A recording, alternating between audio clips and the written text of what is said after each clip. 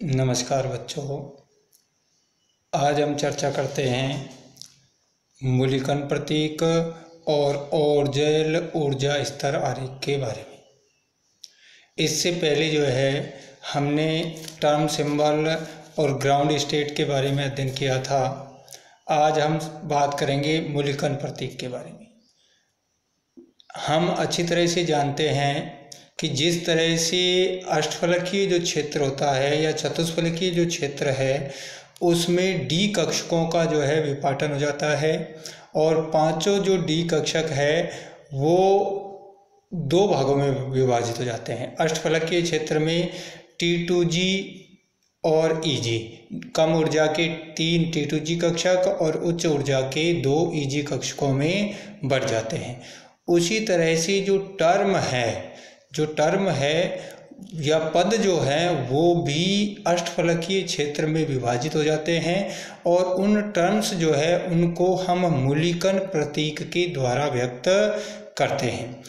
हम जानते हैं कि SPDF जो कक्षकों की समरसता S कक्षक 1, P की 3, D की 5 और F की 7 होती है। उसी तरह से जो पद हैं कैपिटल S, P, D और F, उनकी भी समरसता इन्हीं के समान 1, 3, 5 और 7 होती है। और किसी भी जो स्वतंत्र धातु आयन है उससे संबंधित विभिन्न पदों की समरसता जो होती है वो क्रिस्टल क्षेत्र में समाप्त हो जाती है, जैसा अभी हमने बात की है। अब ये जो समरसता किस तरह से समाप्त होती है, कौन सा पद अक्षर किस में विभाजित होता है, चतुष्फलकीय क्षेत्र में उसका किस तरह से विभाजन होता है और अष्टफलकीय क्षेत्र में वो किन पदों में विभाजित होता है, इसकी हम बात करेंगे। S जो पद है उसकी समरसता 1 है, डिजेनरेसी, और अष्टफलकीय क्षेत्र में इसको हम कैपिटल A1G के द्वारा व्यक्त करते हैं, कैपिटल A1G, और चतुष्फलकीय क्षेत्र में इसको हम A के द्वारा व्यक्त करेंगे। इसी तरह से P जो कक्षक है P जो पद है उसकी समभ्रंशता या डिजेनरेसी वो 3 है और इसको भी हम T1G के द्वारा अष्टफलकीय क्षेत्र में और चतुष्फलकीय क्षेत्र में इसको हम T1 के द्वारा व्यक्त करते हैं। डी कक्षक जिनकी डिजेनरेसी वो 5 है और इसको ये अष्टफलकीय क्षेत्रों में दो भागों में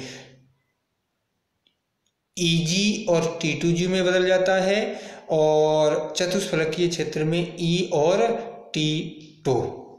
F जो पद है कैपिटल F उसकी समभ्रंशता या डिजेनरेसी वो 7 है और ये 3 भागों में बढ़ जाता है, A2G, T1G और T2G, और चतुष्फलकीय क्षेत्र में इसकी समरसता होती है A2, T1 और T2। तो ये है मूल्यांकन प्रतीक जो पद हैं उन पदों की जो विपाटन है उसको व्यक्त करते हैं हम किसके द्वारा, मूल्यांकन प्रतीक के द्वारा, जो उन्हीं के समान है। जो डी कक्षकों का विपाटन जैसे होता है उसी तरह से इनका भी विपाटन है, लेकिन इनको व्यक्त करने का तरीका इस तरह से होता है जो कि हमने आपको बताया था। अब हम बात करते हैं ओरगल ऊर्जा स्तर आरेख की कि ओरगल ऊर्जा स्तर आरेख क्या होते हैं। ये जो पद हमने पढ़े हैं S, P, D और F, इन पदों की ऊर्जा E का संबंध क्रिस्टल क्षेत्र की प्रबलता DQ के साथ चित्रित करने वाला जो सहसंबंध आरेख होता है उसको हम ओरगल आरेख कहते हैं। यानी कि ओरगल आरेख क्या है, पदों की जो ऊर्जा E और DQ के मध्य जो सहसंबंध आरेख है उसे ही हम ओरगल आरेख कहते हैं। ये जो ओरगल आरेख है वो केवल दुर्बल क्रिस्टलीय क्षेत्र के लिए ही होते हैं, प्रबल क्रिस्टलीय क्षेत्र के लिए ओरगल आरेख नहीं होते। ये आरेख सरल होते हैं क्योंकि इनमें सभी पदों को सम्मिलित नहीं किया जाता, केवल जो उन्हीं पदों को सम्मिलित किया जाता है जिनकी बहुता स्पेक्ट्रोस्कोपिक ग्राउंड स्टेट की बहुता के समान होती है।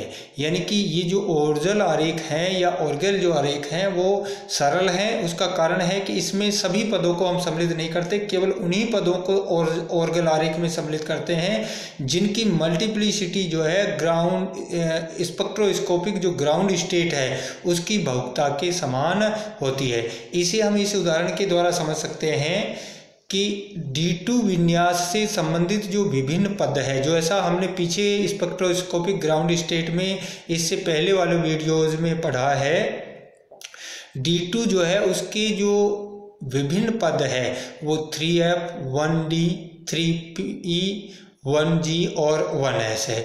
इनमें से D2 विन्यास की जो स्थायी निम्नतम अवस्था है स्पेक्ट्रोस्कोपिक ग्राउंड स्टेट 3F है, जैसा हम पहले पढ़ चुके हैं।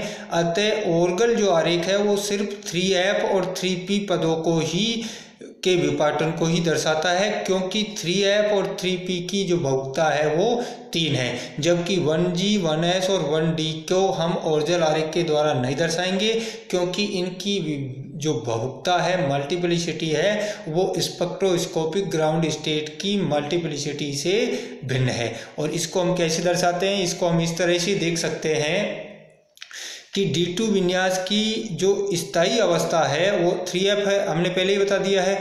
तो इसको ऐसे शो कर सकते हैं चित्र के द्वारा कि और जो E एनर्जी और 3DQ जो है क्रिस्टल क्षेत्र विपाटन ऊर्जा है सेंटीमीटर इनवर्स में। 3F पद की और 3P पद की जो ग्राउंड स्टेट है या स्वतंत्र अवस्था में इनकी एनर्जी दर्शाई गई है। और क्रिस्टल क्षेत्र में जो 3F जो पद है वो हमने पहले ही पढ़ा है, अभी जो है मूल्यांकन प्रतीक में कि 3F जो है वो 3 पदों में विभाजित हो जाता है, A2G, T1G और T2G। तो ये जो है आपका 3F1G, 3T1G, 3T2G और 3A2G में 3F जो है विभाजित हो जाता है। उसी तरह से P जो है उसकी डिजेनरेसी जो है 3 है और ये T1G में विभाजित हो जाता है। कुल मिलाकर ऑर्गल जो आरेख है उसमें ये जो है इस तरह से दिखाया जाता है कि इसमें किस तरह से जो है स्पेक्ट्रोस्कोपिक ग्राउंड स्टेट के समान बहुता वाले जो पद है वो विभाजित होते हैं। इसके बाद में ये जो आरेख है, इस आरेख में सभी इलेक्ट्रॉनिक संक्रमण चक्रण अनुमत होते हैं। जैसा हमने पीछे पढ़ा था कि ये जो आरेख है इनमें जो संक्रमण हो रहे हैं 3T1G से 3T2G, 3T1G से 3A2G और 3T1G से 3T1G जो कि P पद का है, इनमें जो संक्रमण हो रहा है वो चक्रण इस अनुमत है, स्पिन अलाउडेड है, क्योंकि इन पदों की जो बहुता है वो समान है। D2 विन्यास वाले संकुलों में 3 चक्रण अनुमत संक्रमण संभव है, जो हमने अभी बताया है कि 3T1G से 3T2G, 3T1G से 3A2G और 3T1G F जो पद का है उससे 3T1G P पद के जो टर्म है उसमें जो है संक्रमण हो रहा है। और क्योंकि सभी संक्रमण ट्रिपलेट टू ट्रिपलेट में हो रहे हैं, इसीलिए ये जो D2 विन्यास वाले संकुलों के स्पेक्ट्रा में 3 बैंड जो है वो प्राप्त होने चाहिए, क्योंकि ये चक्रण अनुमत जो ट्रांजिशन है उनकी संख्या 3 है। ये जो ऑर्गल आरेख है उनमें सिर्फ उच्च और समान बहुता वाले पदों को ही हम सम्मिलित करते हैं। उसका मुख्य जो कारण है वो है चक्रण वर्ण नियम, क्योंकि D2 विन्यास के सभी पदों को सम्मिलित करने पर अनेक चक्रण वर्जित संक्रमण भी संभव है, जैसे 3F से 1D, 3F से 1G, 3F से जो है 1S। और क्योंकि ये जो है स्पिन अलाउडेड ट्रांजिशन नहीं है, इसलिए जो है इन पदों को हम सम्मिलित नहीं करते हैं। ये जो भी अवस्थाएं हमने देखी हैं, इन अवस्थाओं में संक्रमण जो है वो त्रिक यानी कि ट्रिपलेट टू सिंगलेट हो रहा है। त्रिक टू एकक अवस्था में होने के कारण ये अलाउडेड नहीं है, चक्रण वर्जित संक्रमण है, इसीलिए सभी पदों को सम्मिलित नहीं किया गया है। तो ये था मूलिकन प्रतीक और ओर्जल ऊर्जा स्तर आरेख की प्रारंभिक अवधारणा। अब हम जो है नेक्स्ट वीडियो में जो D1 से D9 अवस्था के जो ओर्जल ऊर्जा स्तर आरेख किस तरह से बनते हैं उनके बारे में चर्चा करेंगे। आज के लिए इतना ही, धन्यवाद।